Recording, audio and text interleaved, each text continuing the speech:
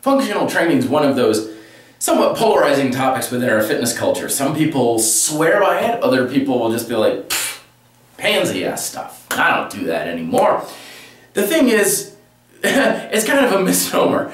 I mean, everything is functional. That's the entire point of every exercise you do. The only thing that the body understands is that of function. Just look at the SAID principle. Every exercise in the world does the same thing. It tells your body to be capable of doing that activity. That is the entire point of why the body changes. It doesn't change so you look good on the beach. It doesn't change so you have this different shape or size or anything. Everything in your body, all the changes are purely so that you can handle the function of the activity. So really, it's, you know, kind of like functional exercise. That's kind of like saying hydrated water. It's all functional. But I know where people are going with this. Exercises that can be applicable more to other things in life. And in my book, I believe there's nothing like calisthenics for this functional aspect of exercise. And in the world of weightlifting, anything that is ground-based without benches or anything like that, like kettlebell work and stuff. Here's why this is so important. Up until fairly recently, where people were doing ground-based exercise en masse, I know people were doing them a lot, but particularly calisthenics, workouts kind of got into different sorts of perspectives. First we had like our power and strength exercises. Weight machines, weight benches, things where you were locked in and nice and balanced and everything was unilateral and you could develop an incredible amount of power and a lot of strength and all this sort of thing, but you could really kind of only do it as long as you were balanced and stable and something was kind of controlling you to at least a certain degree.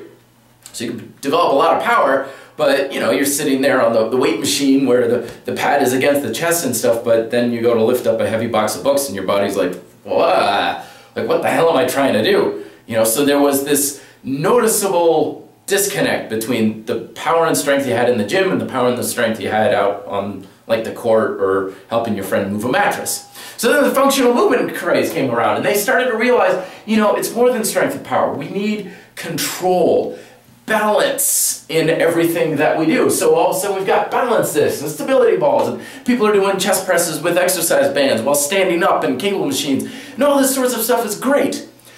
But just as this kind of lacked in stability and control requirements, this now was lacking in strength requirements. So, you know, I used to do a lot of work with exercise bands and no matter what I did, no matter how strong I held myself, I'm doing exercise band presses against the doorway, I just simply could not apply a lot of force to that, so my strength suffered. Okay, doing squats on a stability ball. I could do bodyweight squats, but I couldn't really get my muscles to work really hard. So while this was great for power, this was great for control, but each one was kind of lacking with the other. So we had this dichotomy that was set up. Well, you do exercises for power and strength, but you're lacking control. Or you do the control and stability exercises, but you're not really developing power and strength very much. So what do? It's kind of like this is, they fight each other. If you only got an hour to exercise, if you do more of this, it's going to come at the cost of that. If you do more of that, it's going to come at the cost of that. So no matter what you do, you're screwed. You're losing out somewhere. This is where calisthenics is so great, because these two do not oppose each other. In particularly progressive calisthenics, they complement each other.